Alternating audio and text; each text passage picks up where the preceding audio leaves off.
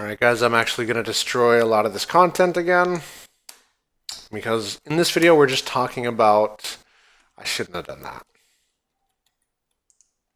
In this video we're talking about titles, or in HTML they're called headings. So I'm going to drop this down so that we have my site text on its own line. And when we look over here, we see it just looks like regular text, but let's say we want people to really notice it. You know, if it's the name of your site and you want people to really remember the name of your site, you're going to wrap it in an H element. Now there is 6 different levels of the H element. There's H1 right up to H6.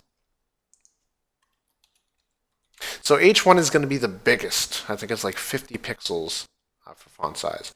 So if we refresh this, you're going to see now that looks a lot bigger. So that's obviously our title. It's the biggest bit of text on the page. But let's say also, and these are block elements by the way, so they are full width. Let's say we want to add a subtitle. So what we're going to do, H2 would be a bit too big, so we're going to use H3.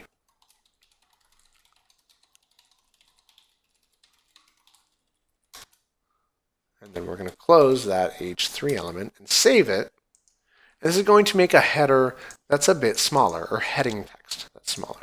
And again, you can do H1, H2, change that. It's a bit smaller. H3, as it goes on, it gets smaller right up until H6. This is the smallest text on this page. There we go, and refresh, and you're going to see that it is tiny. So the lower the number, the bigger the text. The higher the number, the smaller the text. Just keep that in mind. And then also we have aside. So again, that's I lied in the last video. I said we weren't going to be doing any more HTML5 div soup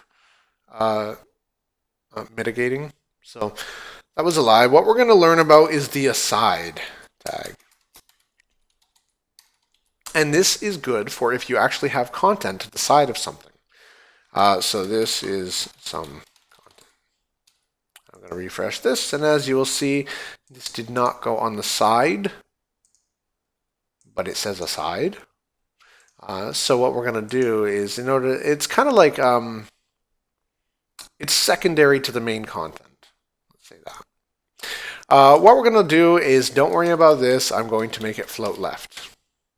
And I'm going to make it 200 pixels wide and 200 pixels high.